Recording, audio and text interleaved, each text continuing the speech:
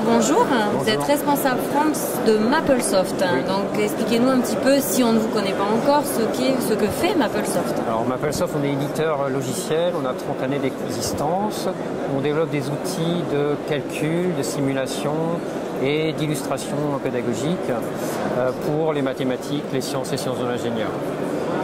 Très bien. Donc en fait, est-ce que par exemple un enseignant de lycée pourrait utiliser ce logiciel? Complètement. Alors effectivement, historiquement, on est essentiellement utilisé dans le monde de l'enseignement supérieur et on s'investit énormément pour l'usage en lycée. D'ailleurs, en dehors de la France, on voit que Maple et les outils annexes sont fortement utilisés en lycée.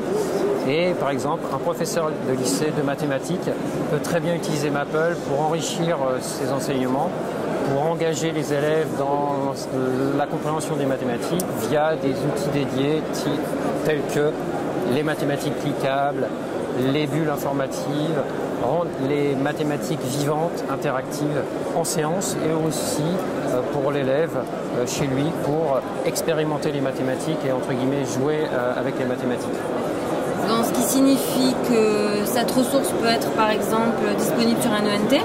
Cette ressource peut être disponible sur un ENT, voilà, complètement déployable en ligne et aussi en mode déconnecté. On a des players gratuits que tout un chacun peut télécharger, donc ça permet d'exécuter des contenus, des applications interactives, soit en ligne, soit en mode déconnecté.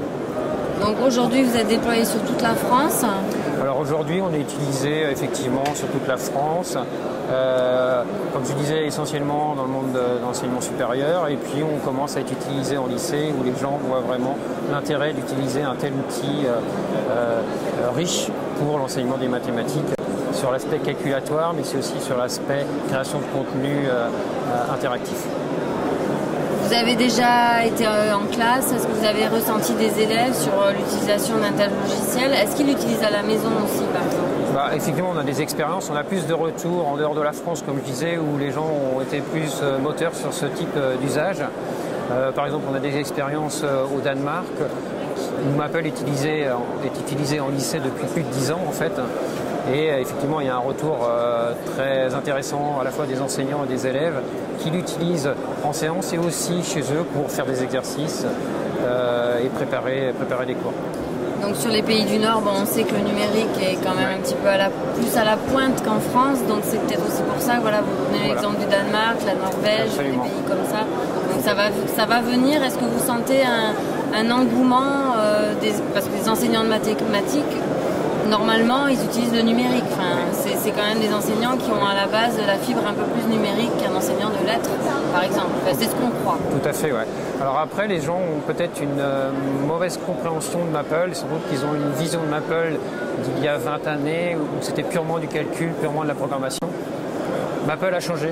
Maple aujourd'hui est très interactif, très intuitif et avec des outils dédiés pour l'enseignement. Voilà, je le redis, mais mathématiques cliquables, mathématiques interactives. Donc sans connaître une seule ligne de commande Maple, eh bien, on va être capable de faire des mathématiques vivantes et interactives en séance et pour les élèves. Merci Nicolas. Merci.